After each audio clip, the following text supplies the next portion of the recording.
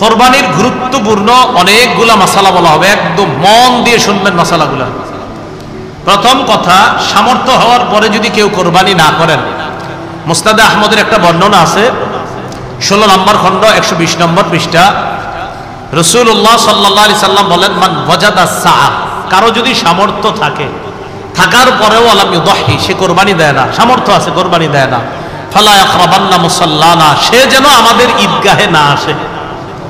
রাসূলুল্লাহ সাল্লাল্লাহু আলাইহি সাল্লাম বলেন, সামর্থ্য থাকার পর যদি কেউ কোরবানি না দেয়, সে যেন আমাদের ঈদগাহে না আসে। এখন কোরবানি কার উপর ওয়াজিব, খুব মন দিয়ে শুনবো আমরা। প্রাপ্তবয়স্ক সুস্থ মস্তিষ্ক সম্পন্ন ব্যক্তি, প্রাপ্তবয়স্ক সুস্থ মস্তিষ্ক সম্পন্ন ব্যক্তি, সে যদি নেসাব পরিমাণ মালের মালিক হয়, তার উপর কোরবানি দেওয়া ওয়াজিব। আবার বলছি, সুস্থ মস্তিষ্ক সম্পন্ন, নেসাব পরিমাণ মালের মালিক যদি 10, 11, 12 তারিখ এই 3 দিনের কোনো একদিন হয়, 10, 11, 12, আবার বলছি 10ই জিলহজ, 11ই জিলহজ, 12ই জিলহজ সূর্যাস্তের আগে, 12ই জিলহজ সূর্যাস্তের আগে যদি কেউ যাকাত দিতে হয়, যেই নেসাব হইলে ওই নেসাবের মালিক যদি কেউ এই 3 দিন হয়, যাকাত দেয় কয় বছর পুরো হইলে? 1 বছর। এটা 1 বছর না, মাত্র কয় দিন? 3 দিন। হ্যাঁ, 3 দিন, 10, 11, 12 জিলহজ, এই 3 দিন যদি সুস্থ মস্তিষ্ক সম্পন্ন বালেগ বালেগা নারী পুরুষ, তাদের কাছে যদি নেসাব পরিমাণ সম্পদ থাকে, তাদের উপর কোরবানি দেওয়া ওয়াজিব। মনে থাকবে তো? আল্লাহ আমল করার তৌফিক দান করেন। এক্ষেত্রে একটা কথা মনে রাখবো, কোরবানির ক্ষেত্রে প্রয়োজনের অতিরিক্ত সম্পদের মধ্যে জমিনও গণ্য করবেন। যেই জমিনের ফসলটা আপনার প্রয়োজনের অতিরিক্ত, মানে এটা আপনার প্রয়োজন না, এটা আপনার না হইলেও চলে, এই জমিনের ফসল না হইলেও চলবে, এটাও কোরবানির নেসাবে ধরবেন। কি বললাম? জমিনের ক্ষেত্রে প্রয়োজনের অতিরিক্ত যে জমিনগুলো আছে, কোরবানি, শুধু কোরবানির নেসাবের ক্ষেত্রে এটাকে আমরা গণ্য করব। আল্লাহ বুঝার তৌফিক দান করেন। অনেকেই আছে কিন্তু আপনার নেসাবের মাল আছে, হয় এই 3 দিনে হয়ে যায় অনেকের, মাশাআল্লাহ। তো যাই হোক, আপনারা তো জানেন কাদের হবে কাদের হবে না, এই জন্য চেষ্টা করা, অন্তত একটা খাসি বকরি দিয়ে দিলেই তো হয়। এরপরের মাসালাটা আমরা মন দিয়ে শুনবো। নেসাব স্বর্ণের ক্ষেত্রে 52.5 তোলা স্বর্ণ, স্বর্ণের ক্ষেত্রে 7.5 ভরি স্বর্ণ, রূপার ক্ষেত্রে 52.5 তোলা রূপা, 7.5 ভরি স্বর্ণ অথবা 52.5 ভরি রূপা, 7.5 ভরি স্বর্ণ, আর রূপার ক্ষেত্রে 52.5 ভরি বা তোলা, যেটা বলেন, ভরি বললেও হবে, রূপা।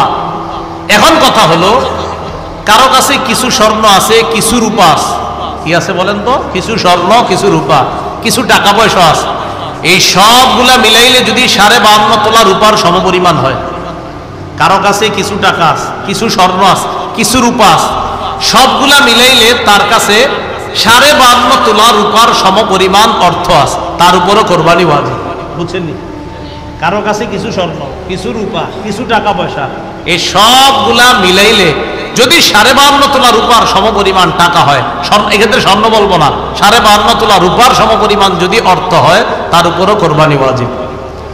আল্লাহ আমল করার তৌফিক দান করেন। মাসালা, কোরবানির নেসাবের ক্ষেত্রে যাকাতের মতো কি পূর্ণ 1 বছর থাকতে হবে? না, পূর্ণ 1 বছর থাকতে হবে না। কোরবানির নেসাব শুধুমাত্র আপনার 10, 11, 12 এই 3 দিন জিলহজের।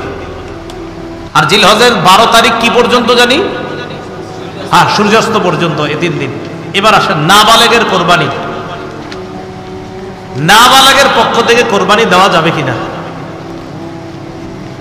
নাবালেগ যদি নেসাব পরিমাণ মালের মালিক হয়, নাবালেগ যদি নেসাব পরিমাণ মালের মালিক হয়, শিশু কিশোর অথবা সুস্থ মস্তিষ্ক সম্পন্ন ব্যক্তি না, এমন ব্যক্তির টাকা পয়সা আছে, একটা ব্যক্তির মাথা ঠিক নেই, 3 তলা 4 তলা বাড়ি আছে, কথার কথা, এর নামে আছে, হয়তো অন্যরা তাকে দেখাশোনা করে, তাহলে শিশু কিশোর তাদের টাকা আছে কোরবানি দেওয়ার মতো, নেসাব পরিমাণ মালের মালিক তারা। আরেকজন যার সুস্থ মস্তিষ্ক নাই কিন্তু টাকা আছে, নেসাব পরিমাণের মাল, এই সম্পদ আছে যেটা দিয়ে কোরবানি দেওয়া যায়, তাদের উপর কোরবানি ওয়াজিব না। বলেন, তাদের উপর কোরবানি? তাহলে বলেন তো, কোনো শিশুর নেসাব পরিমাণ মাল আছে, কোরবানি ওয়াজিব না। কোনো অসুস্থ যার মস্তিষ্কটা সুস্থ না তারও নেশাব পরিমাণ মাল আছে, কোরবানি ওয়াজিব। কারণ কোত্থেকে বের হয়েছে? বর্তমান হিসাব অনুযায়ী প্রায় 78 কিলোমিটারের কাছাকাছি। 78 কিলোমিটার, কিলো কিলো যেটা আপনাদের এই রাস্তাঘাটে এখন লাগায় রাখে কিলো, তাহলে 48 মাইল, বলেন 48 মাইল, আর কিলো হইলে প্রায় 78 কিলোর কাছাকাছি। যদিও 72 কিলো অনেকে বলে, কিন্তু আসল সম্ভবত আপনার সঠিক মাসালাটা হবে 78 কিলোর কাছাকাছি হওয়া। এরপর ওলামায়ে কেরাম আছেন, তাহকিক করার তো অবশ্যই সুযোগও থাকে। তো যাই হোক 48 মাইল তো মনে থাকবে, 48 মাইল এটা ঠিক আছে। তো কেউ 48 মাইল দূরত্বে যাওয়ার নিয়ত করে গন্তব্য থেকে বের হয়েছে, আর কিলো অনুযায়ী বললাম কত, প্রায় 78 কিলোমিটার। এই পরিমাণ যাওয়ার নিয়তে বের হয়েছে, তার উপর কোরবানি ওয়াজিব না, তার উপর কোরবানি ওয়াজিব না, না তার উপর কোরবানি ওয়াজিব না। এরকম মুসাফিরের উপর কোরবানি ওয়াজিব না। নাবালেগের পক্ষ থেকে যদি বাপ কোরবানি দিয়ে দেয়, কোনো বাবা টাকা সে তার নাবালেগ সন্তানের পক্ষ থেকে যদি কোরবানি দেয়, হয়ে যাবে, সওয়াব হবে, আদায় হবে। কোনো বাবা তার নাবালেগ সন্তানের পক্ষ থেকে কোরবানি দিলে কোরবানি হয়ে যাবে। বলেন এটা মুস্তাহাব, বলেন হুকুমটা কি? এই আমলটা যে করবে বাবা শিশুর পক্ষ থেকে, এটার নাম ওয়াজিব হবে না মুস্তাহাব? হ্যাঁ মুস্তাহাব। কোনো নাবালেগের পক্ষ থেকে তার বাবা যদি কোরবানি দিয়ে দেয়, বলেন তো আপনারা এটার হুকুমটা কি হবে? মুস্তাহাব। মাশাআল্লাহ। দরিদ্র ব্যক্তির কোরবানির হুকুম, এটা একটু মন দিয়ে শুনেন। দরিদ্র ব্যক্তির কোরবানির হুকুমটা খুব মন দিয়ে শুনেন। প্রথম কথা, দরিদ্র ব্যক্তির উপর কোরবানি ওয়াজিব না, কারণ তার কাছে নেশাব পরিমাণ সম্পদ নাই। কিন্তু যদি সে কোরবানি করার নিয়তে কোনো পশু ক্রয় করে, আপনি কে কইছে কিনতে, কিন্তু আপনি কিনছেন, দরিদ্র ব্যক্তি, তার উপর কোরবানি ওয়াজিব না, কিন্তু উনি কোরবানির নিয়তে একটা পশু কিনছে, তাহলে কোরবানি ওয়াজিব হয়ে যাবে এটা দেওয়া। দরিদ্র ব্যক্তি যার উপর কোরবানি ওয়াজিব না, তিনি যদি কোরবানির নিয়তে পশু ক্রয় করে, তার জন্য এই কোরবানি পশুটা কোরবানি করা ওয়াজিব হয়ে যায়। মনে থাকবে নি? তাহলে বলেন তো দরিদ্র ব্যক্তির উপর কি কোরবানি ওয়াজিব? না। যদি কিনে, তাহলে ওই পশু কোরবানি করা কি হয়ে যায়? ওয়াজিব হয়ে যায়। আল্লাহ বুঝার তৌফিক দান করেন। কেউ কোরবানির দিনগুলোতে যদি আপনার ওয়াজিব কোরবানি দিতে না পারে, তার উপর কোরবানি ওয়াজিব হয়েছে 10, 11, 12 সূর্যাস্ত পর্যন্ত আপনার কেউ যদি কোরবানি দিতে না পারে, আবার বলছি, কেউ যদি কোরবানির দিনগুলোতে ওয়াজিব কোরবানি দিতে না পারে, কোরবানি ওয়াজিব কিন্তু আপনি দিতে পারেন নাই, ইতিমধ্যে কোরবানির দিন শেষ হয়ে গেছে, 10 গেল, 11 গেল, 12 চলে গেছে শেষ, কিন্তু আপনার উপর ওয়াজিব ছিল, দেন নাই, এখন কি করবেন? এখন আপনি একটা ভালো মানের খাসির সমপরিমাণ মূল্য সদকা করে দিবেন। একটা ভালো মানের খাসির সমপরিমাণ মূল্য, এখনো কিনেন নাই, পশু কিনেন নাই। ও এক্ষেত্রে মনে রাখবেন, আপনার উপর কোরবানি ওয়াজিব, এখনো আপনি পশু ক্রয় করেননি। কোরবানি ওয়াজিব হয়েছে কিন্তু পশু কিনেন নাই। ইতিমধ্যে 10 গেল, 11ই জিলহজ গেল, 12ই জিলহজ চলে গেল, এখন আপনি কোরবানির পশু কিনেন নাই, কোরবানিও দেন নাই। সেক্ষেত্রে আপনি কি করবেন বলেন তো? আপনি একটা ভালো মানের ছাগলের মূল্য সদকা করে দিবেন। ছাগলের মূল্য কি করে দিবেন? সদকা করে দিবেন। এখন কথা হলো, পশু ক্রয় করছেন, পশু ক্রয় করছেন, আবার বলছি, বলেন তো এখন যে মাসালাটা বললাম, আমি বলছি কোন ব্যক্তি কোরবানি ওয়াজিব 10, 11, 12 এই 3 দিনের মধ্যে পশুও কিনে নাই, কোরবানিও দেয় নাই, বলেন তো কি করবে? কি সদকা করবে? একটা ছাগলের মূল্য সদকা করে দিবে। ছাগল বলি আমরা, ছাগলের মূল্য সদকা করে দিবে। এখন কথা হলো, কিনছেন, পশু কিনছেন, কিনার পরে 10, 11, 12 কোরবানি করেন নাই। আগেরটা হলো কিনেন নাই, কোরবানিও দেন নাই। এটা হলো ওয়াজিব হয়েছে, পশুও কিনছেন কিন্তু কোরবানি দেন নাই। ইতিমধ্যে 10, 11, 12 চলে গেছে। সেক্ষেত্রে কি করবেন? সেক্ষেত্রে ওই জীবিত পশুটাই সদকা করে দিবেন। সেক্ষেত্রে কি করবেন? জীবিত পশুটা। আবার মন দিয়ে বুঝেন। তাহলে এবার আপনাদেরকে জিজ্ঞাসা করি, কারণ এখানে আরেকটা মাসালা বলবো ইনশাআল্লাহ। 1 নাম্বার, কোরবানি ওয়াজিব 10, 11, 12 এই 3 দিনের মধ্যে পশু কিনেন নাই, কোরবানি দেন নাই, কি পরিমাণ মূল্য সদকা করে দিবেন? ছাগলের। আচ্ছা, আপনি কোরবানির পশু কিনছেন, 10, 11, 12 চলে গেল, কোরবানি দেন নাই, এখন কি করতে হবে? জীবিত এই পশুটা সদকা করে দিবেন। কথার কথা, 10, 11, 12 পরে ওই পশু আপনি জবাই করে ফেলছেন। এটা কিনছিলেন কোরবানির জন্য, কোরবানির জন্য কেনা পশুটা 10, 11, 12 পরে আপনি জবাই করছেন। এখন কি করবেন? ওলামায়ে কেরাম মাসালা দিল, ভাই আপনার তো মূল্য এই পশুর সমপরিমাণ মূল্য সদকা করা ওয়াজিব ছিল। ভাই না, আমি তো পশুই কিনছি। ও আচ্ছা, তাহলে তো জীবিত পশুটা দেওয়া আপনার ওয়াজিব ছিল। ভাই আমি তো জীবিত পশু দেই নাই, পশু তো আমি জবাই করছি, এখন কি করব? এখন মাসালা হলো, এই পশুর যে গোস্তগুলা, এই গোস্তগুলা আপনি সদকা করে দিবেন। তবে সদকা করার সময় মাপতে হবে। মাপার পর দেখবেন কত টাকা হয়। যদি দেখেন পশু কিনছিলেন 20,000 টাকা দিয়া, গোস্ত মাইপা দেখেন 18,000, তাহলে পশুর এই গোস্ত 18,000-এর সমপরিমাণ গোস্ত সদকা করার পর আরো 2,000 টাকা সদকা করবেন। আল্লাহ জানে, বুঝছেন? বুঝছেন, মনে হয় বুঝছেন। বুঝছেন? হ্যাঁ, বুঝছেন না? আচ্ছা, বুঝলে আলহামদুলিল্লাহ। পশু কিনছেন, কেনার পরে কোরবানি দেন নাই, এখন 10, 11, 12-র পরে জবাই করছেন। ওলামায়ে কেরাম বলছে, আপনি এটা জবাই করলেন কেন? জীবিত সদকা করে দিতেন। হুজুর আমি তো ভুল করে ফেলছি, কি করবো এখন? ও আচ্ছা ঠিক আছে, গোস্তগুলাই সদকা করে দেন। এখন আপনি গোস্তগুলা মাপছেন, মাইপা দেখলেন এই গোস্ত বর্তমানে 18,000, কথার কথা 18,000 হয়, কিন্তু পশু কিনছিলেন 20,000 টাকা দিয়া, তো 20,000 হইতে আরো বাকি কত? এই গোস্ত সদকা করার পর আরো 2,000 টাকা সদকা। বুঝেননি? আচ্ছা আচ্ছা, আল্লাহ বুঝার তৌফিক দান করেন। ঠিক আছে, এই মাসালাগুলো খুব আপনারা মনে রাখার চেষ্টা করবেন। কোরবানি প্রথম দিনে করাই উত্তম। বলেন, কোরবানি প্রথম দিনে করা উত্তম, অর্থাৎ 10 জিলহজ কোরবানি প্রথম দিনে করা উত্তম। যেসব এলাকায় ঈদের নামাজ, জুমার নামাজ হয়, এই মাসালা আপনি এখন আর বুঝবেন না। কিছু এলাকা আছে ঈদের নামাজ তাদের উপর ওয়াজিব না, জুমার নামাজ যাদের উপর ওয়াজিব না, এরকম কিছু এলাকা আছে। যাই হোক, যেই এলাকায় ঈদের নামাজ, জুমার নামাজ হয়, আমাদের এলাকায় ঈদের নামাজ হয় কিনা বলেন? জুমার নামাজ হয় কিনা? এই এলাকার মধ্যে ঈদের নামাজের আগে পশু কোরবানি করলে হবে না। যে এলাকায় ঈদের নামাজ হয়, জুমার নামাজ হয়, ওই এলাকায় 10 জিলহজ নামাজের আগে কোরবানি করলে কি হবে না? কোরবানি হবে না। নামাজ পড়বেন, তারপর কোরবানি। এই জন্য উত্তম কোরবানির ঈদের জামাত তাড়াতাড়ি করা। কোরবানির ঈদের জামাতটা কি করা? তাড়াতাড়ি করা। আপনারা তো মাশাআল্লাহ ঈদের দিন মাঠে 2 এলাকাবাসী ঝগড়া লাগে, কি হবে না হবে, বিশাল বড় আয়োজন হয় না।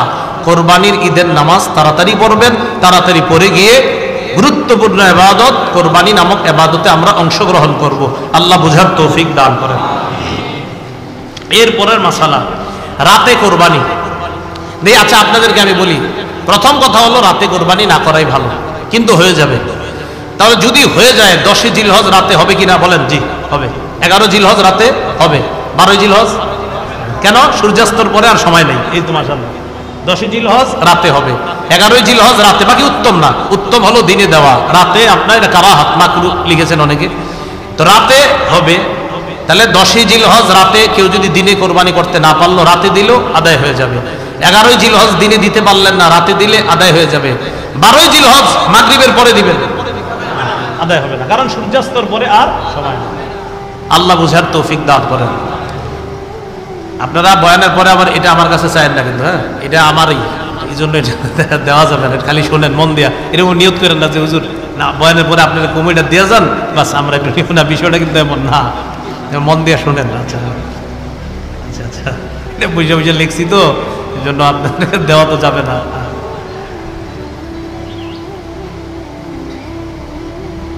পশুর কোরবানি করার ক্ষেত্রে একজন ধনী মানুষ পশু কিনছে, আর একজন গরিব মানুষের উপর তো কোরবানি ওয়াজিব না। খুব মন দিয়ে শোনেন, ধনী মানুষ পশু কিনছে, কেনার পর চুরি হয়ে গেছে, হারায় গেছে। ধনী মানুষ পশু কিনছে, কেনার পর চুরি হয়ে গেছে, হারায় গেছে। তো মাশাআল্লাহ তিনি আরেকটা কিনবেন। বাস কেনার পর এখন কিছুদিন পরে হারানো পশুটা ফিরে আসছে, চোরে দিয়ে গেছে বা কোনোভাবে ফিরে আসছে। এটা কিনছেন, হারায় গেছে, চুরি হয়ে গেছে। কিছুদিন পর চুরিকৃত পশুটা ফিরে আসছে, আবার এদিক দিয়ে আরেকটা গেছেন। এখন পশু হইল কয়টা? 2টা। এক্ষেত্রে আপনার ইচ্ছা, আপনি যেটা মন চায় এটা কোরবানি দিবেন, 2টার একটা কোরবানি দিয়ে দিলেই হয়ে যাবে। কিন্তু গরিব মানুষ, ওনার উপর কোরবানি ওয়াজিব ছিল না, উনি কিনছে। বলেন উনি কি করছে? কিনছে। এখন উনি কেনার পর ওনার পশুটা চুরি হয়ে গেছে, তার উপর আর কোরবানি ওয়াজিব না, কারণ লা ইউকাল্লিফুল্লাহু নাফসান ইল্লা উসআহা, যেহেতু তার উপর এটা চাপাচাপি করা হবে না। তো তিনি কিনছিলেন, কেনার পর এটা হারায়া গেছে। এখন উনি কি করছে? আরেকটা কিনছে। ওনার উপর ওয়াজিব ছিল না, কিন্তু আরেকটা কিনছে। প্রথমটাই কিনা ওনার জরুরি ছিল না, কিন্তু প্রথমটা কিনছে। কেনার পর চুরি হইল, চুরি হওয়ার পর উনি আরেকটা কিনছে। আরেকটা কেনার পর চুরিকৃত পশুটা ফিরে আসছে। তবে ধনী মানুষের পশু ছিল, পশু হয়ে গেল দুইটা, একটা দিলে হয়ে যায়। গরিব মানুষ যেটা প্রথমে কোরবানির নিয়তে কিনছে, এটা হারিয়ে যাওয়ার পর তিনি নিজে থেকে আরেকটা কিনছে, কেনার পর হারানো পশুটা ফিরে আসছে। এখন হইল কটা পশু? দুটোটা কোরবানি করতে হবে। আপনি কে কইছে প্রথমটা ইয়া করে? আপনি তো দুটোটাই ওয়াজিব। আল্লাহ জানে, বুঝছেন নি? আচ্ছা, আল্লাহ বুঝার তৌফিক দান করুন। দুটোটা কোরবানি করা ওয়াজিব, কারণ ওনার উপর তো ছিল না বাধ্যবাধকতা। উনি প্রথমটাও বাধ্য ছিল না, কিনছে। দ্বিতীয়টাও উনি বাধ্য ছিলেন না, এরপরেও কিনছে। আবার প্রথমটা ফিরে আসছে, তো দুইটা আসছে, কি হয়েছে? তুমি দুটোটাই দিবে। এটাই ইসলামী শরীয়ত, বুঝতে হবে। পশুর গুণাগুণ খুব মন দিয়ে শুনবো আমরা। আল্লাহ আল্লাহ। ওট, গরু, মহিষ, ছাগল, ভেড়া ও দুম্বা দ্বারা কোরবানি করা জায়েজ। বলেন ওট, বলেন সবাই ওট। গরু, মহিষ, ছাগল, ভেড়া, দুম্বা, এগুলো দ্বারা কোরবানি করা কি আছে? জায়েজ আছে। গৃহপালিত পশু ছাড়া অন্যান্য পশু, বলেন তো আমার সাথে, গৃহপালিত পশু ছাড়া অন্যান্য পশু। বলেন, যেমন হরিণ, বন্য গরু, এগুলো দ্বারা কোরবানি জায়েজ নেই। গৃহপালিত পশু ছাড়া, যেমন হরিণ, বন্য গরু ইত্যাদি, এগুলো দ্বারা কোরবানি দেওয়া কি নাই? জায়েজ নাই। আল্লাহ। এখন কথা হলো, কোরবানির ক্ষেত্রে নারী পুরুষ, নারী পুরুষ মানে গরু, গাবি, ছাগল, খাসি, যেই পশু দ্বারা কোরবানি করা জায়েজ, সেটা নর হোক নারী হোক, সেটা নর হোক নারী হোক, যেই পশু দ্বারা কোরবানি করা জায়েজ, এটা নর হোক নারী হোক, এটা দ্বারা কোরবানি করা জায়েজ। বলেন তো আপনারা, যেই পশু, এটা গরু হোক, তো গরুর মধ্যে এটা নর নারী দুটোটা দ্বারা কোরবানি করা কি আছে? ছাগলের মধ্যে আপনার বকরি, খাসি, উভয়টা দ্বারা কোরবানি করা জায়েজ আছে। তাহলে এই ক্ষেত্রে আপনার ওই নারী পুরুষ ওই কথা বলা বা এগুলা করা, এগুলো কোনো সমস্যা নেই, জায়েজ আছে। এখন ওট, ওটের কমপক্ষে 5 বছর বয়স হতে হবে। বলেন, ওট কমপক্ষে কয় বছর বয়স হবে? 5 বছর বয়স হতে হবে। গরু, মহিষ কমপক্ষে 2 বছরের হতে হবে আমাদের বাংলাদেশে। বলেন, গরু, মহিষ কমপক্ষে কয় বছর? 2 বছর। ছাগল, ভেড়া কমপক্ষে 1 বছর হতে হবে। ওট কয় বছর? গরু কয় বছর? মহিষ, ছাগল, ভেড়া, দুম্বা 1 বছর কমপক্ষে হতে হবে। ভেড়া, দুম্বা যদি 1 বছরের কম হয়, ভেড়া, দুম্বা যদি 1 বছরের কম হয়, কিন্তু দেখতে এমন হৃষ্টপুষ্ট মনে হয়, যেটারে দেখলে 1 বছরের মতো মনে হয়। ভেড়া, দুম্বা 1 বছরের কম বয়স, কিন্তু দেখতে মনে হয় 1 বছরের মতো, হৃষ্টপুষ্ট। কথা বুঝছেন নি? আচ্ছা, আগে আবার বলেন, ভেড়া, দুম্বা, ছাগল সাধারণত নিয়ম কয় বছর হওয়া? তো ভেড়া, দুম্বা এগুলা যদি এমন হয় 1 বছরের কম, দেখতে হৃষ্টপুষ্ট মনে হয় 1 বছরের মতো, এটার দ্বারাও কোরবানি করা জায়েজ আছে। বলেন, এটার দ্বারা কোরবানি করা কি আছে? তবে কমপক্ষে 6 মাসের বেশি হতে হবে। এর মানে এই না 4 মাস বয়স দেখতে 1 বছর, এরকম না, কমপক্ষে 6 এর বেশি হতে হবে। আল্লাহ কথাগুলা মনে রাখার তৌফিক দান করেন। কিছু কিছু বিষয় আপনারা, এগুলা যদিও আপনারা এখান থেকে বলতেছি, কিন্তু আপনারা এগুলা মন দিয়ে যদি শোনেন, আশা করি কথাগুলা মনে থাকবে। দেখে আপনাদেরকে একটু আগের থেকে জিজ্ঞাই, বলেন তো, ধনী মানুষ একটা গরু কেনার পর হারায় গেছে, আরেকটা ফিরে আসছে, এখন সে কয়টা কোরবানি দিবে? গরিব মানুষ একটা কিনছে, কেনার পর চুরি হয়েছে, আবার আরেকটা কিনছে, কেনার পর আরেকটা ফিরে আসছে, 2টা, এখন কয়টা দিবে কোরবানি? 2টা। তো মাশাআল্লাহ, এগুলো মনে থাকবে না ইনশাআল্লাহ। ওট কয় বছর? গরু, মহিষ, মহিষ কয় বছর? 2 বছর। কোরবানি কয় তারিখে? 10, 11, 12, সূর্যাস্ত আগ পর্যন্ত। 12 তারিখ সূর্যাস্তের রাতে কোরবানি দেওয়া জায়েজ নেই। উত্তম কখন? দিনে দেওয়া। আচ্ছা, কথাগুলো মনে রাখবেন। এক পশুতে শরীকের সংখ্যা, শরীকে কোরবানি দিন আমরা, শরীকে কোরবানি। ছাগল, ভেড়া, দুম্বা এগুলা কয়জনে জানি হবে? একবার সবাই জানি আমরা। ছাগল, ভেড়া, দুম্বা কয়জনে? একজনে, বাস, এটা তো আমরা সবাই জানি। ওট, গরু এগুলা 7 জনে দেওয়া যাবে। কয়জনে দেওয়া যাবে? 2 জনে দেওয়া যাবে, 3 জনে দেওয়া যাবে, 4 জনে দেওয়া যাবে, 5 জনে দেওয়া যাবে, 6 জনে দেওয়া যাবে, 7 জনে দেওয়া যাবে। আর বলছি, ওট, গরু 2 জনে দেওয়া যাবে, 3 জনে দেওয়া যাবে, 4 জনে দেওয়া যাবে, 5 জনে দেওয়া যাবে, 6 জনে দেওয়া যাবে, 7 জনে দেওয়া যাবে। শরীকানা কোরবানি এটা দেওয়া জায়েজ আছে আপনার। এক্ষেত্রে আমরা তিরমিজির 1502 নম্বর হাদিসটা মনে রাখতে পারি। জাবির ইবনে আব্দুল্লাহ রাদিয়াল্লাহু তাআলা আনহুর বর্ণনা, তিনি বলেন নাহান্না মা রাসূলিল্লাহি সাল্লাল্লাহু আলাইহি সাল্লাম, আমরা রাসূলুল্লাহ সাল্লাল্লাহু আলাইহি সাল্লামের সাথে কোরবানি করেছি ইয়াউমাল হুদাইবিয়া, আমাল হুদাইবিয়া, হুদাইবিয়া যুদ্ধের সময়, আল বাদানাতা আন সাবআতিন ওয়াল বাকারাতা আন সাবআতিন, ওট করেছি 7 জনের পক্ষ থেকে, গরুও করেছি 7 জনের পক্ষ থেকে। ওট করেছি 7 জনের পক্ষ থেকে, গরুও করেছি 7 জনের পক্ষ থেকে। আচ্ছা, 7 জন মিলে যদি কোরবানি করে, এক্ষেত্রে অংশ বন্টন কিভাবে হবে? 7 জনে করুক, 5 জনে করুক, 3 জনে করুক, অংশ বন্টন সমান সমান হবে। বলেন অংশ বন্টন? হ্যাঁ, এক্ষেত্রে আপনারা তো জানেনই, কেউ যদি মনে করেন 50,000 টাকার একটা কোরবানি গরু, একজন দিছে 20,000, একজন দিছে 20,000, আরেকজন দিছে 20,000, হলো কত? 40, আরেকজন দিছে 10,000, কত হলো? তাহলে ভাগ তো অবশ্যই আপনার প্রথমে 5 ভাগ সমান সমান করবেন। 5 ভাগ সমান সমান কইরা একজনে পাবে 2 ভাগ, আরেকজনে পাবে 2 ভাগ, আরেকজনে পাবে 1 ভাগ। সুন্দরভাবে করলে তখন আপনার ওই কোথাও হাড্ডি বেশি গেল বা কম গেল, এই অস্বসাটা ভিতরে কাজ করবে না। প্রথম কথা যে একজনে 20,000 দিল, আরেকজন 20,000, তো 20,000 ওয়ালা 2 ভাগ, আরেক 20,000 ওয়ালা 2 ভাগ, আর 10,000 ওয়ালা 1 ভাগ। কথার কথা আপনার। এখন আপনি মনে করেন এই 5 ভাগ বন্টন করলেন, করার পর 2 ভাগ নিবে একজন, আর 2 ভাগ নিবে আরেকজন, গেল 4 ভাগ, আরেক ভাগ নিবে আরেকজন, গেল 5 ভাগ। ব্যাস। কোরবানির পশু জবাই করার পর আপনি চাইলে 3 ভাগ করতে পারেন। 1 ভাগ গরিবকে দিলেন, 1 ভাগ প্রতিবেশী আত্মীয় স্বজন তাদেরকে দিলেন। এক্ষেত্রে একটা মাসালা, এই মাসালাটা হলো, আচ্ছা এটা বলবো না, এটা বললে পরে আবার আপনারা কৃপণতা করবেন। কি করবেন? কৃপণতা।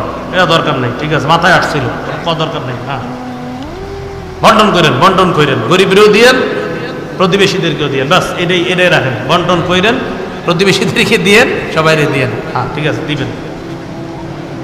হ্যাঁ, কি কয়? অনেক কয় বুঝছি বুঝছি, কি বুঝছি কে জানে।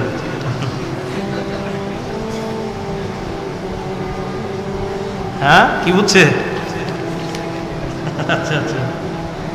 নিয়ত, কোন অংশীদারের নিয়তে যদি উল্টা পাল্টা থাকে, কোন অংশীদারের নিয়তে যদি উল্টা পাল্টা থাকে, তিনি যদি নিয়ত করে আমার নিয়ত শুধুমাত্রই গোস্ত খাওয়া, আল্লাহরে খুশি করার উদ্দেশ্য এই নিয়ত যদি না থাকে, তাহলে তার কোরবানি সহি হবে না। তার কোরবানি কি হবে না? সহি হবে না। এই ব্যক্তিকে অংশীদার যদি আমরা বানাই, শরীকদের কারো কোরবানি সহি হবে না। কোন ব্যক্তির নিয়ত গলত, শুধু গোস্ত খাওয়ার নিয়ত, তিনি একা কোরবানি দিলেও কোরবানি হবে না। তারে যদি শরীক বানাই, শরীকদের কারো কোরবানি হবে না। আল্লাহ এই জাতীয় শরীক থেকে বাঁচার তৌফিক দান করেন।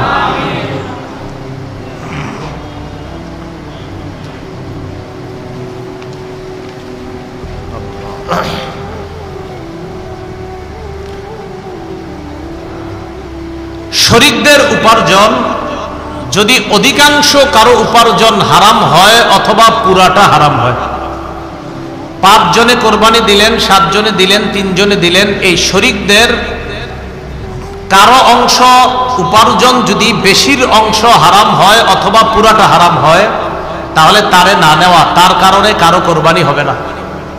শরীকদের মধ্যে কারো পুরা অংশ যদি হারাম হয় অথবা বেশি অংশ যদি হারাম হয়, তাকে নিবেন না। তাকে নিলে কারো কোরবানি হবে না। খুব ভালো করে মনে রাখবেন।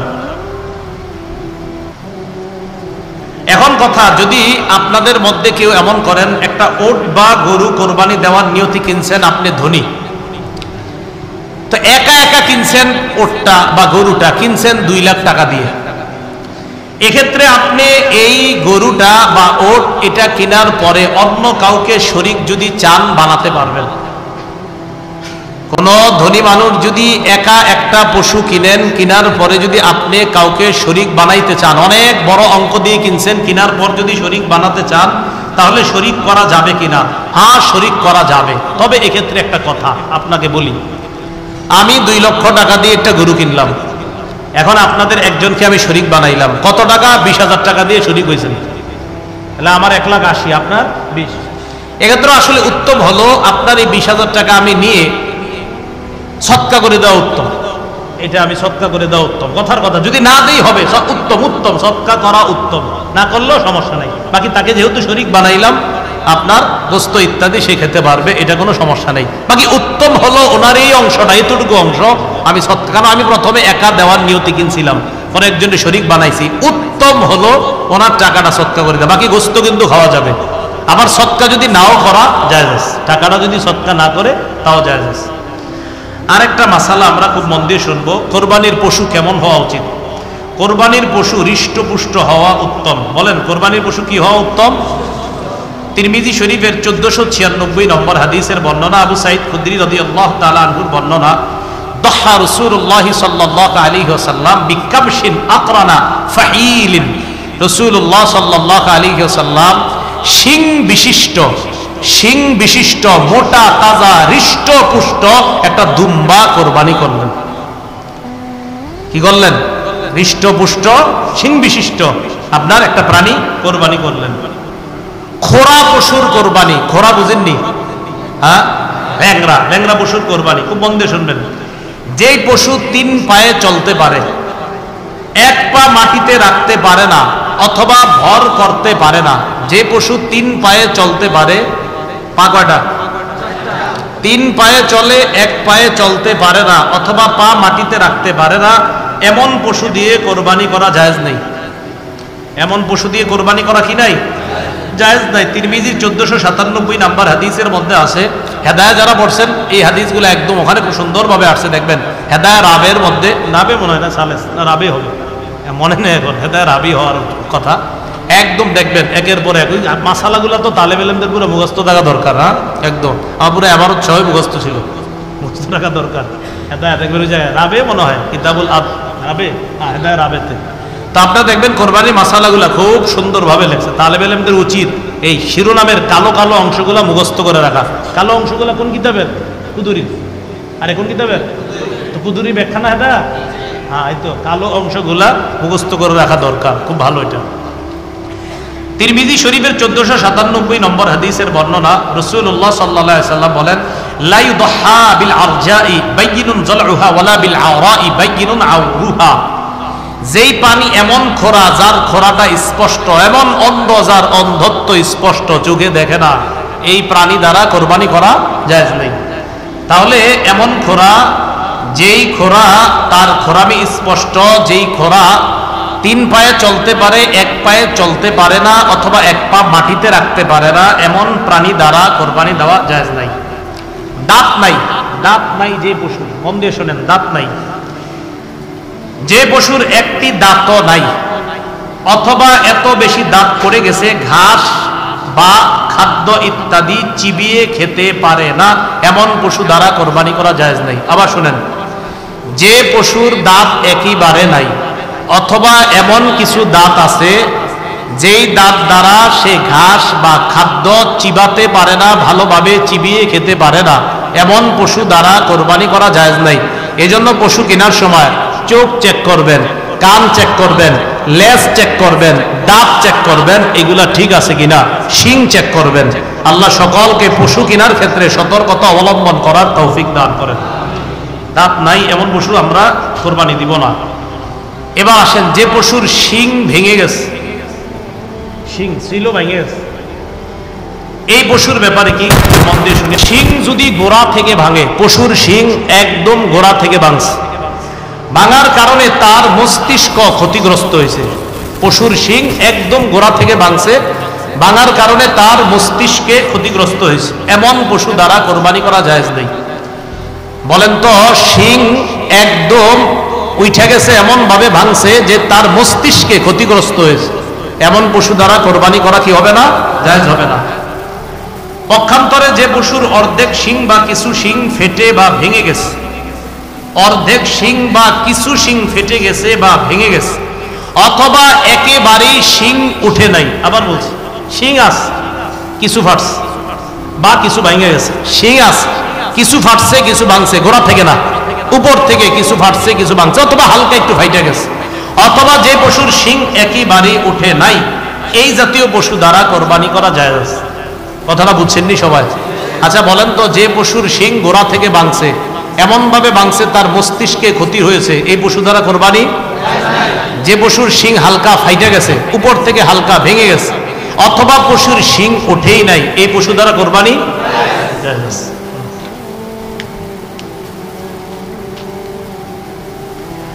কান কাটা কাটা বা লেজ কাটা পশু, কান কাটা বা লেজ কাটা পশু, যে পশুর লেজ বা কোনো কান অর্ধেক বা তার চেয়ে বেশি কাটা সেই পশু দ্বারা কোরবানি করা জায়েজ আছে কিনা? আবার শুনি প্রশ্নটা। যে পশুর লেজ বা কোনো কান অর্ধেক বা তার চেয়ে বেশি কাটা, বলেন লেজ বা কান, এই লেজ বা কান অর্ধেক কাটা বা তার চেয়ে বেশি কাটা এই পশু দ্বারা কোরবানি জায়েজ নাই। আচ্ছা বলেন তো, একটা গরুর লেজ অর্ধেক কাটা জায়েজ আছে? আচ্ছা, একটা গরুর কান অর্ধেক কাটা জায়েজ আছে? আচ্ছা, একটা গরুর লেজ অর্ধেকের বেশি কাটা, একটা গরুর কান অর্ধেকের বেশি কাটা, কোরবানি জায়েজ? যদি অর্ধেকের বেশি লেজ থাকে, আনুমানিক 2 হাত 1 হাত, এখন আধা হাতের বেশি ভালো আছে ধরে নেই, আমরা মনে করেন যদি 1 হাত ধরেন বা একটু বেশি, উনি বলছে 1 হাত, আমি তো বলতে পারি না 1 হাত না 2 হাত, যাই হোক, যদি আচ্ছা যদি 2 হাত ধরেন, 2 হাত ধরলে সোয়া 1 হাত ভালো আছে, সোয়া 1 হাত ভালো আছে, জায়েজ আছে। কান 4 ভাগ ধরে নেই আমরা, 4 ভাগের 3 ভাগ ভালো আছে, জায়েজ আছে। কান 4 ভাগের 3 ভাগ ভালো আছে, এই পশু দ্বারা কোরবানি জায়েজ। লেজ 4 ভাগ ধরেন, কথার কথায় 3 ভাগ বেশির অংশ ভালো আছে, এটা দ্বারা জায়েজ আছে। আর বলেন তো, অর্ধেক যদি খারাপ থাকে কান বা লেজ, কোরবানি জায়েজ? অন্ধ পশুর কোরবানি, এটা আগে বলছি, যে পশুর 2টি চোখ অন্ধ বা 1 চোখ পুরো নষ্ট সে পশু দ্বারা কোরবানি জায়েজ আছে কিনা? উত্তর, যে পশুর 2টি চোখ অন্ধ অথবা 1 চোখ পুরা নষ্ট সে পশু দ্বারা কোরবানি জায়েজ নাই। বলেন তো, গরুর 2 চোখ আছে, একটা পুরা নষ্ট, জায়েজ? 2 চোখ পুরা অন্ধ, জায়েজ? জায়েজ নেই। গর্ভবতী পশুর মাসালা শুনি। গর্ভবতী, অনেকে ধোকা দিয়ে আপনি বেশ বিক্রি করে ফেলেন, যিনি কিনে তিনিও বুঝতে পারেন না এটা যে গর্ভে বাচ্চা ছিল। বিসমিল্লাহ, আল্লাহুম্মা লাকাল হামদু ওয়া লাকাশ শুকরু। গর্ভবতী পশু কোরবানি করা জায়েজ আছে কিনা, এটা হলো প্রথম কথা। আপনারা বলেন জায়েজ? মা আবার সবাই দিয়ে চুপ, মানে ওই যে গোস্ত খাইতে কেমন জানি লাগে, তো গর্ভবতী পশু কোরবানি করা জায়েজ আছে কিনা, এটা হলো প্রথম কথা। জায়েজ আছে। বলেন সবাই, কি আছে? এটার পশুর গোস্ত অনেকে খাইতে চায় না, মানে জবাই হওয়ার পরে, কিন্তু জায়েজ আছে। গর্ভবতী পশু কোরবানি করা কি আছে? জায়েজ আছে। জবাই করার পর বাচ্চা পেট থেকে বের হবে, এই বাচ্চা যদি জীবিত পাওয়া যায় সেটাও জবাই করে দিবেন। গর্ভবতী পশু জবাই করলেন, জবাই করার পর পেটের বাচ্চা বের হয়েছে, এটা যদি জীবিত বের হয় এটাতেও জবাই করবেন। এটা কি করবেন? জবাই করবেন। প্রসবের সময় এটা যদি পশুটা যদি প্রসবের সময় কাছাকাছি হয়, এই জন্য উচিত হলো আমরা মানবিক বিষয় লক্ষ্য করে এটারে কোরবানি না করাই উত্তম। কি বলেন? কোরবানি, যদিও কোরবানি দিলে কোরবানি হয়ে যাবে, কোরবানি দিলে কি কোরবানি না করা উত্তম। আরেকটা দেন, আপনি ধনী মানুষ, আরেকটা দিলে তো যে নিয়ম, আপনার 2টার একটা, তো আপনি এটা না দেন আরেকটা দেন, তাহলে যদি প্রসবের সময়টা ঘনিয়ে আসে আর এই দিক দিয়ে কোরবানির সময় ঘনায় আসছে, এক্ষেত্রে উত্তম হলো আপনি এটারে কোরবানি না কইরা, এটার প্রতি আপনি কোরবানি এখন না কইরা আপনি এটার বাচ্চাটা হবে, তো এটা উত্তম আর কি। বাকি কেউ যদি কোরবানি করে হয়ে যাবে।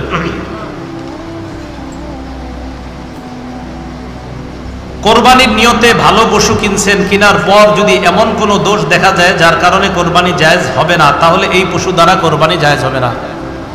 কোরবানির নিয়তে পশু কিনছেন, কেনার পর এমন দোষ দেখা গেছে, কোরবানির পশু কিনছেন, দেখছেন ভালো আছে, বাসায় আনার পর দেখেন এটার লেজ অর্ধেকের বেশি কাটা, কান অর্ধেকের বেশি কাটা। কথার কথা, মানে যেই পশু দ্বারা কোরবানি হয় না, কিনছেন ভালো পশু, কেনার পর দেখেন ওই ত্রুটিগুলা পাওয়া যাচ্ছে, যেগুলো এতক্ষণ আমরা বললাম, এই ত্রুটি যদি পাওয়া যায় কেনার পর, এটা দ্বারা কোরবানি হবে না, আদায় হবে না। এক্ষেত্রে আপনি আরেকটা পশু কোরবানি দিতে হবে। গরিব মানুষ হইলে তার আরেকটা আপনার ত্রুটিযুক্ত যে পশু, ওটা দ্বারা কোরবানি করতে পারবে। এই ক্ষেত্রে একটা মাসালা খুব ভালো করে শুনি। একজনের ধনী মানুষ, আরেকজন গরিব মানুষ। ধনী মানুষ কেনার পর ত্রুটিগুলা দেখা দিচ্ছে, তার জন্য আরেকটা পশু কিনতে হবে, এটা দ্বারা কোরবানি করা যাবে না। এক্ষেত্রে গরিবের জন্য একটু ছাড়, গরিব মানুষ এই ত্রুটিযুক্ত পশুটাই কোরবানি করতে পারবে। গরিব মানুষ ত্রুটিযুক্ত পশুটাই কোরবানি করতে পারবে, তার উপর আরেকটা লাগবে না। পশুর বয়সের ব্যাপারে বিক্রেতার কথা। আপনাদের এই বাজারের নাম কি? গরু কিনবেন রায়পুর বাজারে আব্দুর রহিম নামক বিক্রেতা বলল, নেন হুজুর, গরুটা এটা 2 বছরের বেশি। 2 বছরের বেশি আপনার এটা বইলে বিক্রি করতে আসছে, মন দিয়ে শোনেন। বিক্রেতা যদি পশুর বয়স পূর্ণ হয়েছে বলে স্বীকার করে, বিক্রেতা স্বীকার করছে, হ্যাঁ এই পশুর বয়স, যেই পশু কোরবানি দিলে হবে ওই বয়সে এটা আপনি নিতে পারেন, এটা যদি বিক্রেতা স্বীকার করে, আর আপনারাও 3 জন গেছেন অভিজ্ঞ মানুষ, দেখাও মনে হচ্ছে না হ্যাঁ এই পশুর বয়স ঠিক আছে, বিক্রেতাও বলছে এটার বয়স 2 বছর গরু, কথার কথা, আর আপনারা 3-4 জন গেছেন, তারাও বলছেন হ্যাঁ এটা ঠিক আছে, তবে খুব সতর্ক, গরু বেচায় কিন্তু দালাল আছে অনেক, এরা আপনারে বিক্রি করার সময় বলবে না না না এটা বয়স 2 এর বেশি, হেও জানে যে এটা 1 বছরের 1.5 বছরের, এরকম জানে, এরকম অনেকে ফিট করে রাখে, যেগুলো আপনার বেচার সময় দাম উঠায় দেখবেন, এটা আপনাদেরকে বোঝানো দরকার নাই, এগুলো হয় বাজারের মধ্যে। হ্যাঁ, তো যাই হোক, তাহলে ওই বিক্রেতার কথার উপর নির্ভর করে পশু কিনা ও কোরবানি করা যাবে, এটা জায়েজ আছে। এক্ষেত্রে যদি কোনো ঝামেলা হয়, ও আল্লাহর কাছে ধরা খাবে। হ্যাঁ, বিক্রেতা ধরা খাবে। বিক্রেতা বলছে, ভাই আল্লাহর কসম আপনি বিশ্বাস করেন আমি মুসলমান, আমি মিছা কথা কই না, এই সেই বইলা বলতেছে এটার বয়স ঠিক আছে, আবার অভিজ্ঞ কয়েকজন এরাও বলতেছে বয়স ঠিক আছে, এক্ষেত্রে আপনি নিয়ে কোরবানি করবেন, কোরবানি হয়ে যাবে। কথাটা বুঝে আসছে? মুফতি শফি রহমতুল্লাহ আলাইহি এই ব্যাপারে লম্বা আলোচনা করেছেন। হযরতের আপনার কোরবানির কিছু ইয়াতে ওই মারিফুল কোরআনের উর্দুটা আপনারা একটু পড়েন, সেখানে হযরত লম্বা আলোচনা করেছেন। বন্ধা পশু, যেই পশুর বাচ্চা হয় না, বন্ধা পশু, এই পশু দ্বারা কোরবানি জায়েজ আছে কিনা? হ্যাঁ জায়েজ। বন্ধা পশু দ্বারা কোরবানি করা জায়েজ আছে কিনা? বন্ধা পশু দ্বারা কোরবানি করা জায়েজ আছে। জবাই কে করবে? নিজের পশু নিজে জবাই করা উত্তম, এক্ষেত্রে হুজুর হওয়া জরুরি না।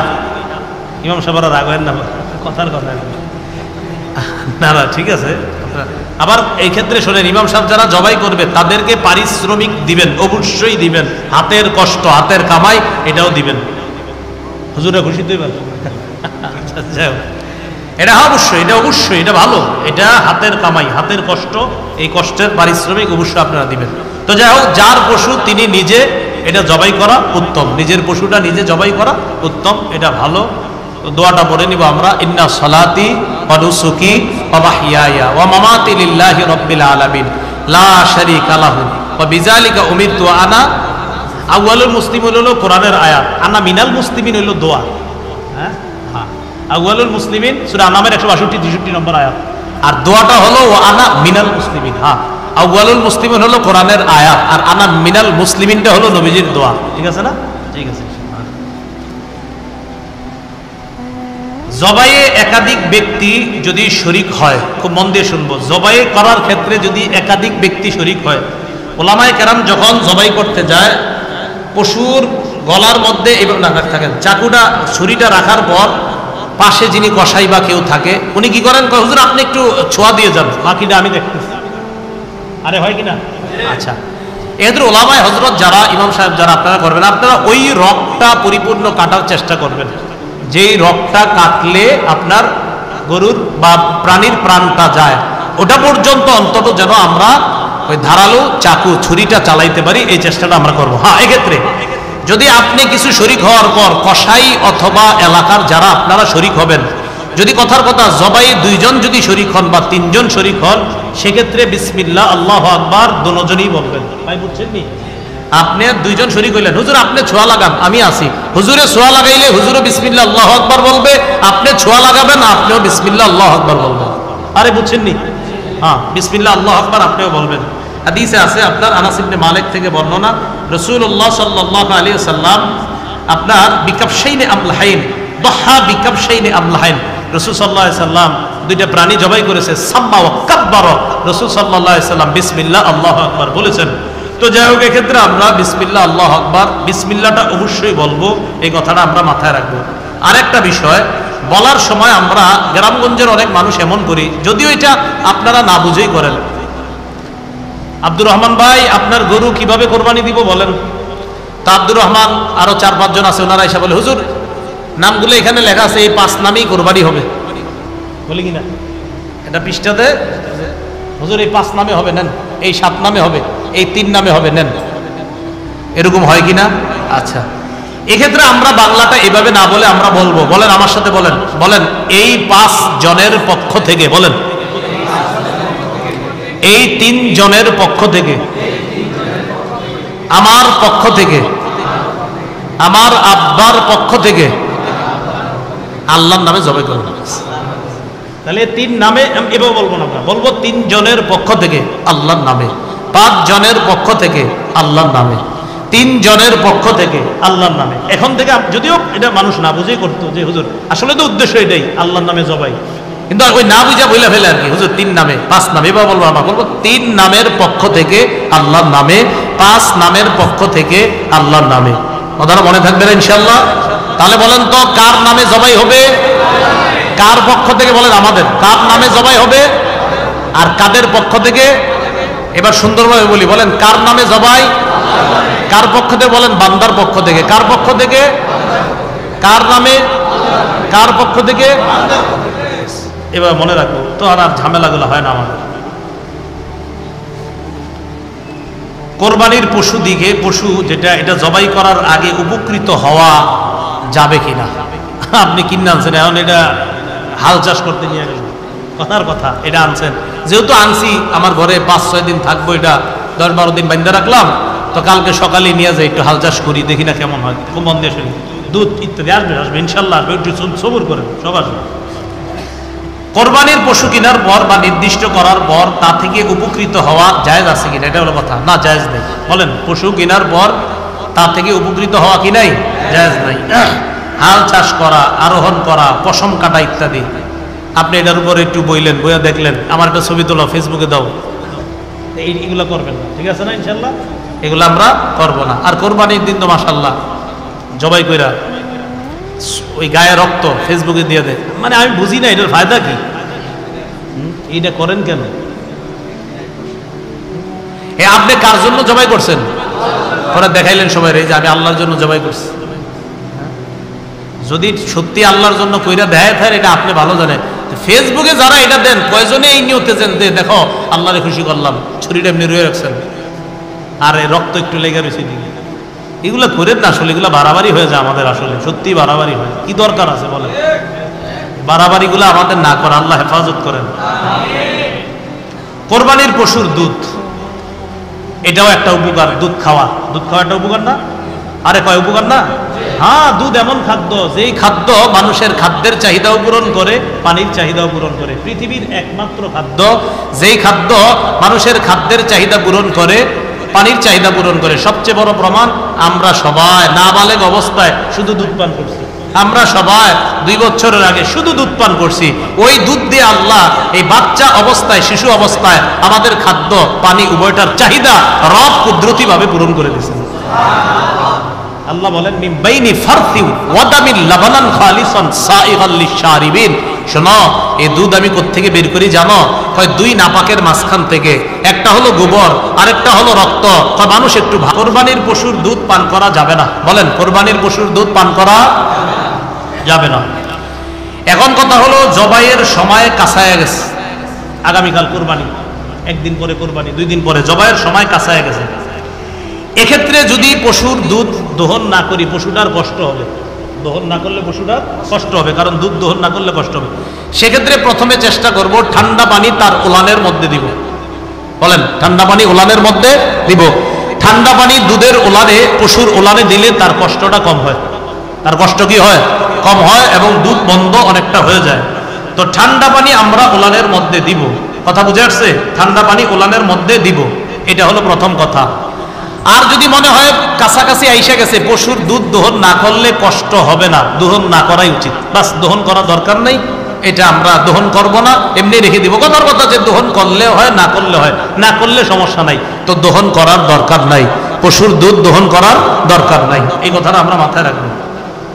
দহন যদি করে ফেলি, সেক্ষেত্রে কি করব? গরুর দুধ দোহায় ফেলছি, সৎকা করে দিব। দোহায় ফেললে কি করব? সৎকা করে দিব। শরীক যারা আছে আমরা এগুলা খাবো না। এখন কথা হলো, আপনারা 4 জনে মিললে একটা পশু ক্রয় করছেন। কয়জনে মিলে? 4 জনে। চতুর্থ জনের নাম আব্দুর রহমান। আব্দুর রহমানের বাড়িতে পশুটা আপনি পালতে দিচ্ছেন। তো দুধের পশুটা কার বাড়িতে? আব্দুর রহমানে কি করছে, একদিন পশুর দুধ দোহায়া নিজে খাইলেছে। খাইলেন। খাওয়ার পরে চাঁদপুরের এক আলেম বলে ফেলছে আপনি খাইছেন ইন্নালিল্লাহ। হ্যাঁ, আপনি কেন খাইলেন? খাইলেছেন কি করবো, কটুক খাইছেন? আধা কেজি পরিমাণ হইব, মানে এক পা, ওই পরিমাণ মূল্য সৎকা করে দিবেন, ওই পরিমাণ মূল্য সৎকা করে দিবেন। ভাই মাসালা মনে থাকবে? প্রথম কথা বলেন, দুধ খাওয়া যাবে? যদি দুধ না দোহাইলে কষ্ট না হয় দোহানো যাবে? যদি দোহায়া ফেলে কি করবে? যদি কোরবানি দাতা যিনি উনি খায়া ফেলে মূল্য সৎকা, কি কিনলে সৎকা করবে? বলেন সবাই বলেন, কি সৎকা করবে? মূল্য সৎকা করবে। আগের মাসালা থেকে একটা মাসালা আমরা আলোচনা করি আবার। পশু কিনলেন, পশু ক্রয় করলেন আপনি কোরবানি দেওয়ার নিয়তে, 10, 11, 12 জিলহজ কোরবানি দিতে পারেন নাই। মাঝখানের থেকে একজন বলেন 10, 11, 12 এই 3 দিনে পশু কিনছেন কোরবানি দেওয়ার নিয়তে, কিন্তু পশুটা কোরবানি করতে পারেন নাই। যে কোনো একজন বলেন কি করতে হবে? জীবিত না মৃত? জীবিত। আচ্ছা, যদি জবাই করে ফেলে ভুলে 3 দিনের পরে অন্য আরেকজন বলেন, তাহলে কি করবে? কিভাবে সদকা করবে? আচ্ছা আচ্ছা, মাশাআল্লাহ, হ্যাঁ এই তো মাশাআল্লাহ মনে রাখছে। তাহলে ওই গোস্তটা সদকা করে দিবে। গোস্ত যদি কম হয় মাপলে, মাইপা যদি দেখা যায় না আরো 2-3 হাজার টাকা লাগবে এটার সমপরিমাণ হইতে, ওই পরিমাণ সদকা হবে। মাশাআল্লাহ, যাক আপনারা ভালো, খুব ভালো পরিচয় দিতেছেন, ভালো না। শরীকের একজন মরে গেছে, 4 জনে মিলে কোরবানি দিবেন, একজন মারা গেছে। 7 জনে মিলে কোরবানি দিবেন, একজন মারা গেছে। শরীকের মধ্যে একজন যদি মারা যায় সেক্ষেত্রে কি করণীয়? এক্ষেত্রে করণীয় হলো তার ওয়ারিস যারা, ওয়ারিসদের মধ্য থেকে যারা আছে এই ওয়ারিসরা যদি মৃত ব্যক্তির পক্ষ থেকে কোরবানি করার অনুমতি দেয় তাহলে করে ফেলবেন। বলেন 7 জনে মিলে গরু কিনলাম, একজন মারা গেছে, আছে কয়জন? যিনি মারা গেছে তার পক্ষ থেকে আমরা কোরবানি করব কিনা তার ওয়ারিসদেরকে জিজ্ঞাসা করব। আব্দুর রহমান, আব্দুর রহিম, তোমাদের আব্বা তো মারা গেছে, তো তিনি তো আমাদের সাথে শরীক ছিলেন, আমরা কি তার পক্ষ থেকে কোরবানি করে দিব? তোমার আব্বাও 20,000 টাকা দিয়েছিলেন। তারা যদি বলে হ্যাঁ চাচারা আপনারা দিয়ে দেন, তাহলে কোরবানি কি করে দিবেন? করে ফেলবেন, এটা কোনো সমস্যা নাই।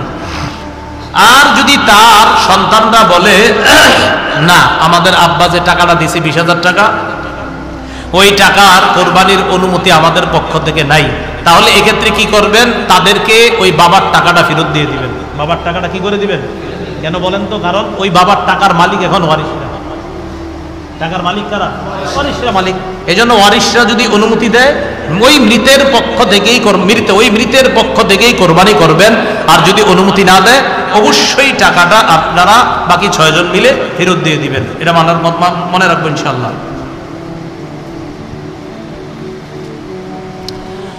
কোরবানির পশু জবাই করলেন, জবাই করার পর একটু আগে আমরা একটা মাসালা জানছি যে এটারে জীবিত জবাই করে দেওয়া, যদি জীবিত বের হয় এটাও জবাই করা। উত্তম হলো জবাই না করে সৎকা করে দেওয়া। বলেন উত্তম হলো জবাই না করে বাচ্চাটাকে কি করে দেওয়া? সৎকা করে দেওয়া উত্তম। যদি সৎকা না করে দেন তাহলে ওই বাচ্চাকেও জবাই করতে হবে, ওই বাচ্চার গোস্তটা সৎকা করে দিবেন। বাচ্চাকেও জবাই করতে হবে, বাচ্চার গোস্তটা কি করে দিবেন? সৎকা করে দিবেন। মৃত ব্যক্তির পক্ষ থেকে কোরবানি জায়েজ আছে কিনা? হ্যাঁ জায়েজ আছে। রাসূলুল্লাহ সাল্লাল্লাহু আলাইহি সাল্লামের সাহাবী আলী রাদিয়াল্লাহু তাআলা আনহু আন্নাহু কানা ইউদাহি বিকাবশাইনি আহাদুহুমা আনিন নবী সাল্লাল্লাহু আলাইহি সাল্লাম ওয়াল আখারু আন নাফসি। আলী নবীর পক্ষ থেকে একটা কোরবানি দিতেন আর নিজের পক্ষ থেকে একটা কোরবানি দিতেন।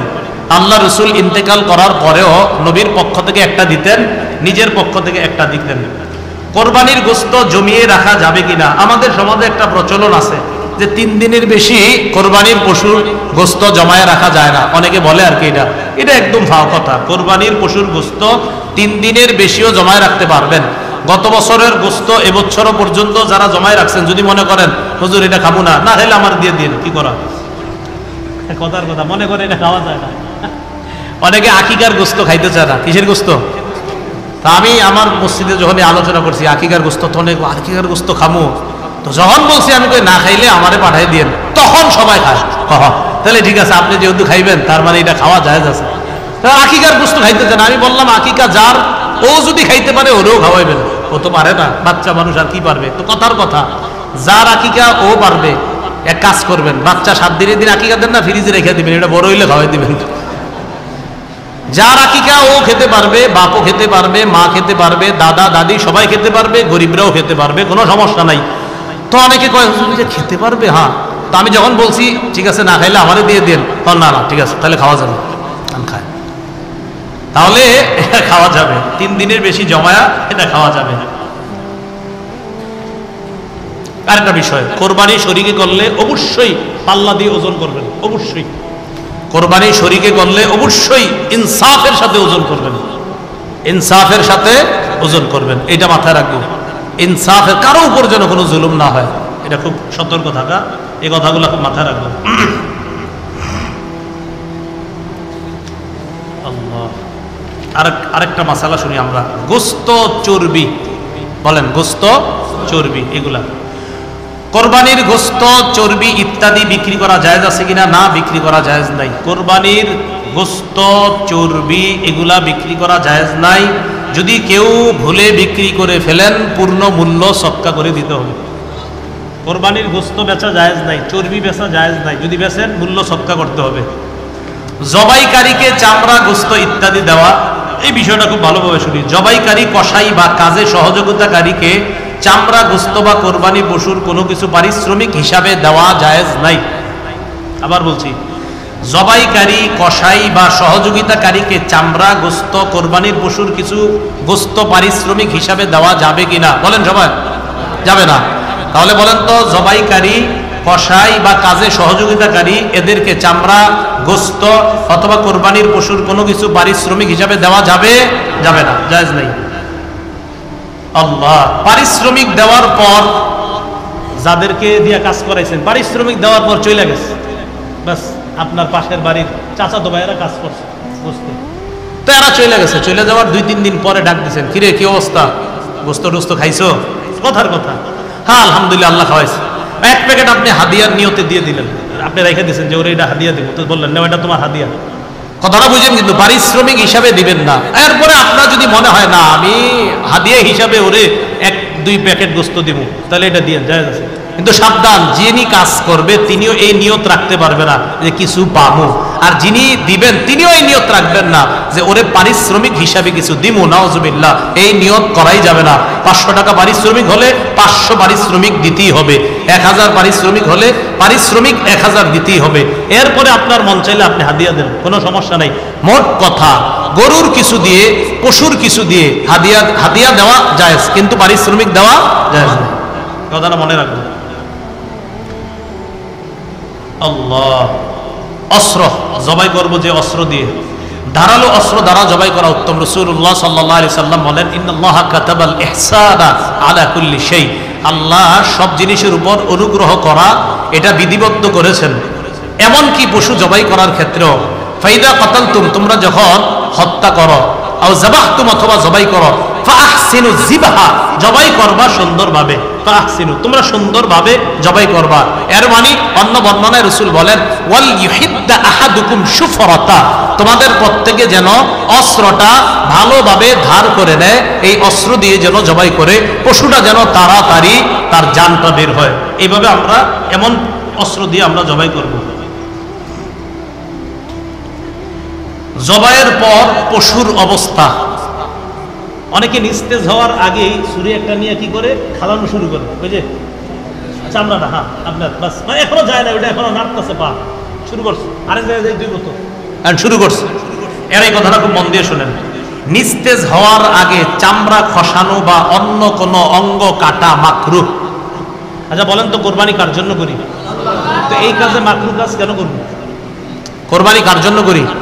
তা আমার এই আমলটা যেন পুরা 100% পিওর হিসাবে আল্লাহ কবুল করে, এটা চাই না। তো এটাতে কোনো মাকরুহ কাজ করব? তাহলে নিস্তেজ হওয়ার আগে কসাইকে বলবো, ভাই পূর্ণ নিস্তেজ হবে, তারপর আপনি অন্য কাজ করবেন, নিস্তেজ হওয়ার আগে এটাতে টাচ করবেন না। মনে থাকবে না ইনশাআল্লাহ? জি। কোরবানির গোশত বিধর্মীকে দেওয়া যাবে কিনা? কোরবানির গোশত বিধর্মীকে, প্রতিবেশী অনেক বিধর্মী থাকে না, তাদেরকে দেওয়া যাবে কিনা? কোরবানির গোশত হিন্দু ও অন্যান্য ধর্মাবলম্বী যারা আছে, বিধর্মী ইত্যাদি, গরিব যদি হয় বা প্রতিবেশী হয়, তাদেরকে দেওয়া কি আছে? জায়েজ আছে। বিধর্মী অন্যান্য ধর্মাবলম্বীদেরকে তারা যদি খায়, দেওয়া জায়েজ আছে, দেওয়া জায়েজ আছে। অন্য কারো ওয়াজিব কোরবানি এটা আদায় করতে যদি চাই, এটা কি হুকুম? মন দিয়ে শুনি।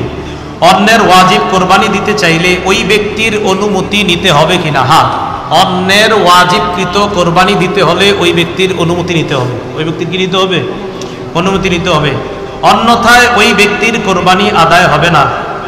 এক্ষেত্রে স্বামী বা পিতা স্ত্রী বা সন্তানের বিনা অনুমতিতে তার পক্ষ থেকে কোরবানি করে, তাহলে তাদের কোরবানি আদায় হয়ে যাবে। আবার বলছি, স্বামী বা পিতা, বলেন স্বামী বা পিতা। স্বামী হয় কার? বলেন স্ত্রীর। বলেন স্বামী হয় কার? স্বামী স্ত্রীর অনুমতি ছাড়া কোরবানি দিতে, কথা স্ত্রীও কোরবানি দিতেছে, হয়ে যাবে। পিতা হয় কার? বলেন সন্তানের। আরে পিতা হয় কার? পিতা সন্তানের অনুমতি ছাড়া দিয়ে দিছে, হয়ে যাবে। আল্লাহ জানে, বুঝছেননি? কোরবানি দাতার অনুমতি ছাড়া কোরবানি দেওয়া জায়েজ নেই। এক্ষেত্রে স্বামী যদি স্ত্রীর অনুমতি ছাড়া দেয়, বাবা যদি সন্তানের অনুমতি ছাড়া দেয়, মনে থাকবেন ইনশাআল্লাহ। হ্যাঁ, জায়েজ। পাগল পশুর কোরবানি, পাগলা গরু আছে না, পাগল পশুর কোরবানি, পাগল পশু কোরবানি করা জায়েজ। তবে যদি এমন পাগল হয় যে ঘাস পানি দিলে খায় না, মাঠেও চড়ে না, তাহলে সেটা দ্বারা কোরবানি জায়েজ নেই। কিছু গরুরে আমরা পাগল কইনি, দৌড় দেয়, পুরো এলাকা লাইরালায়, বাঁশতলা গাছতলা পুরো টুরে শেষ করে লায়। পাগল পশুর কোরবানি দেওয়া জায়েজ যদি এটা ঘাস না খায় অথবা চড়ে টরে না খায়, তাহলে কিন্তু জায়েজ নেই। কারণ পশু পাগল হওয়ার পরেও যদি ঘাস খায়, বুঝতে হবে না ওর মধ্যে পশুত্ব আছে। মাঠে চড়ে বেড়ায়, এটার মধ্যে পশুত্ব আছে, মানে ও পশু, ও কোরবানির যোগ্য। কিন্তু যদি ও ঘাস খায় না, মাঠে নিয়ে চড়াইলেও অন্যান্য পশুর মতো চড়ে না, পাগলাটে আচরণ করে, ওর দ্বারা কোরবানি দেওয়া কি হবে না? জায়েজ হবে না। হ্যাঁ, প্রথম কথা, পশু দ্বারা, পাগল পশু দ্বারা কোরবানি জায়েজ। তবে যদি মাঠে না চড়ে, ঘাস না খায়, এরকম পাগল হইলে আবার এটা দ্বারা জায়েজ হবে না। কোরবানির গোস্ত খাওয়া, কোরবানি দাতার জন্য নিজের গোস্ত খাওয়া মুস্তাহাব। মাশাআল্লাহ, একটা হুকুম জানলাম, কোরবানির গোস্ত খাওয়া কি মুস্তাহাব। কোরবানির দাতা যিনি, তিনি কোরবানির গোস্তটা খাওয়া এটা মুস্তাহাব। অনেকের অ্যালার্জি থাকে, গরুর গোস্ত খান না, এটা খায়া লাইবেন কয়েক পিস, সমস্যা নেই। হ্যাঁ, ইনশাআল্লাহ কিছু হবে না, আল্লাহ ভরসা। ঋণ করে কোরবানি দেওয়া, কোরবানি ওয়াজিব এমন ব্যক্তিও ঋণের টাকা দিয়ে কোরবানি করলে ওয়াজিব আদায় হয়ে যাবে।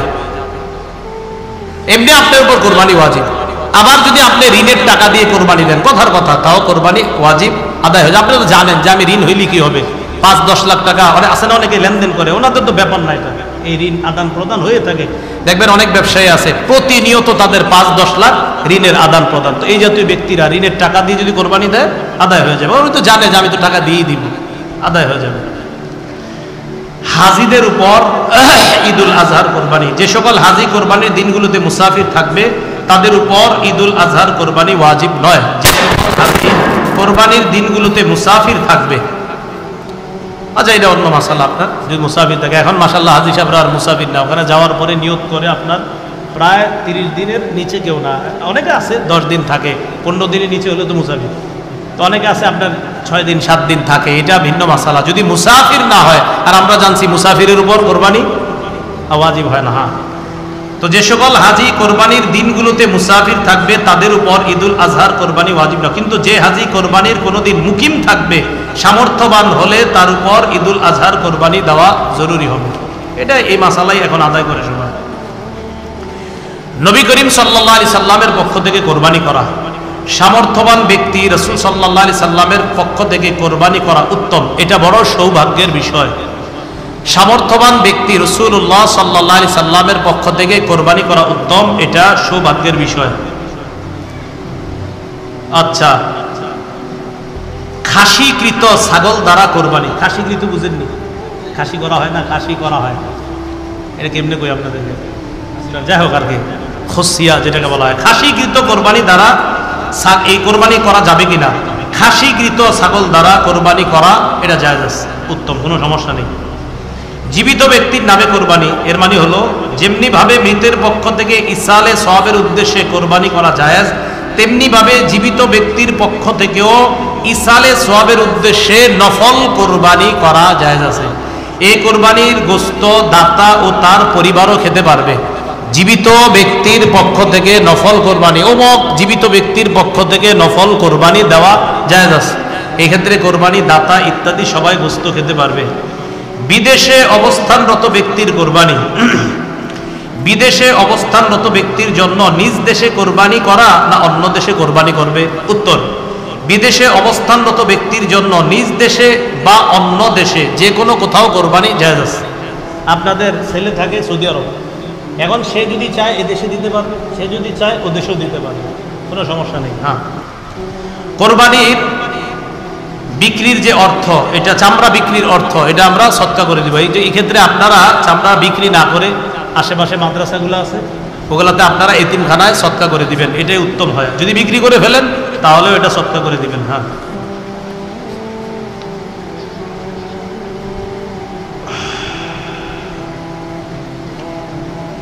আচ্ছা, ঈদুল আজহার দিন এবছর কোরবানির নিয়ত আছে কাদের কাদের? দেখি একটু, ইনশাল্লাহ, সমস্যা নেই।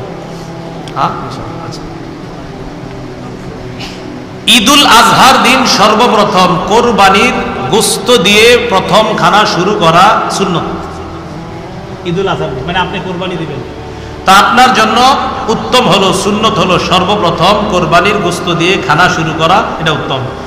এর অর্থ হলো সকাল থেকে কোনো কিছু না খেয়ে প্রথমে কোরবানির গোশত হওয়া। সকাল থেকে কিছু খাবেন না, প্রথমে কোরবানির গোশতটা খাবেন। এটা যদি পারেন আর কি, না পারলে সমস্যা নেই, অন্য কিছু খাওয়া যাবে। কোরবানির পশুর হাড় বিক্রি করা। কোরবানির মৌসুমে অনেক মহাজন কোরবানির হাড় ক্রয় করে থাকে। টোকাইরা বাড়ি বাড়ি থেকে হাড় সংগ্রহ করে তাদের কাছে বিক্রি করে। এদের ক্রয় বিক্রয় জায়েজ। টোকাইরা ক্রয় মানে আপনার নিয়ে গেছে, আপনার বাড়ির সামনে পড়ে রয়েছে, ওরা নিয়ে গেছে, ওরা বিক্রি করলে সমস্যা নেই। টোকাই বেচারা নিয়ে গেছে টুকরাই, এর মানে কেমন যেন ওরা আপনি দান করে দিচ্ছেন। টোকাই নিয়ে গেছে মানে আপনি দান করে দিচ্ছেন। টোকাই যদি হাড় ইত্যাদি নিয়ে বিক্রি করে তাহলে এটা জায়েজ আছে, এটা কোনো সমস্যা নাই। আল্লাহ, কিন্তু কোন কোরবানি দাতার জন্য নিজ কোরবানির কোনো কিছু এমনকি হাড়ও বিক্রি করা জায়েজ হবে না, করলে মূল্য সৎকা করে দিতে হবে। এ কথা ভালো করে আমরা মনে রাখবো। মহাজনরা কোন কোরবানি দাতার থেকে, মহাজনরা জানেন কি কোরবানি দিছে, ওনার থেকে আপনারা এটি কিনবেন না, এটা ঠিক না। এই বিভিন্ন বড় বড় হোটেল মালিকদেরকে এগুলো বলে দিবেন, এটা ঠিক না। কাজের লোককে কোরবানির গোশত খাওয়ানো। কোরবানির পশুর কোনো কিছু পারিশ্রমিক হিসাবে দেওয়া তো জায়েজ নাই, এটা আগেও বলছি আমরা। পারিশ্রমিক হিসাবে কাজের লোককেও কোরবানি দেওয়া, কোরবানির গোশত দেওয়া যাবে না। পারিশ্রমিক হিসাবে কাজের লোক, ঘরে কাজের লোককেও পারিশ্রমিক হিসাবে গোশত দেওয়া যাবে না। ঘরের অন্যান্য সদস্যরা কোরবানির গোশত যেমন খায় কাজের লোকও তেমন খাবে। কাজের লোক খায় কিনা ঘরে? খায়। তো এই যেমনি ভাবে আমি দুপুরে খাই, রাতে খাই, কাজের লোকও খাবে, কিন্তু এরকম না যে তারা আমি পারিশ্রমিক দিতেছি, না, আমিও খাই, সেও খাচ্ছে, সমস্যা নেই। কিছু কিছু এলাকায় দরিদ্রদের মাঝে একটা প্রচলন আছে যে কোরবানির দিন আমগো তো সামর্থ্য নাই, মোরগ কোরবানি করি। কি কোরবানি? এই জাতীয় কুসংস্কার থেকে বেঁচে থাকবো। বলেন, এই জাতীয় কুসংস্কার থেকে কি করে থাকবো? বেঁচে থাকবো, এটা জায়েজ নাই। হ্যাঁ, কোরবানির দিন মোরগ জবাই করা জায়েজ আছে নি? হ্যাঁ আছে। আপনি মুরগি খেতে মন চাইলে খাইবেন, কিন্তু কোরবানি না। এ বুঝছেন, কিন্তু আন্দাজি বেশ লাগায় না। আপনার মুরগি খেতে মন চাইলে খাইবেন জবাই করা, কিন্তু কোরবানি না। বুঝছেন নি? মোরগ আসবে না কোরবানির দিন, মোরগ জবাই করো, আমার মন চাইছে খাইতে, মুরগি খাবো, সমস্যা নেই। কোরবানির দিন মোরগ যদি জবাই করে খান সমস্যা নেই, খাবেন, কিন্তু এরকম না যে হুজুর আমি এটা মোরগ কোরবানি করলাম। আল্লাহ আমাদের সকলকে, তাহলে কোরবানির পশু কিনা, কোরবানির পশু কেমন হবে, কোরবানির পশুর দুধ, কোরবানি পশু দ্বারা উপকৃত হওয়া, শরীকে কোরবানি দেওয়া ইত্যাদি যে গুরুত্বপূর্ণ মাসালাগুলো জানলাম, এর উপর আমাদেরকে আল্লাহ আমল করার তৌফিক দান করেন। বলেন তো, শরীকে গরুর মধ্যে কোরবানি দেওয়া যায় আছে কিনা? আছে।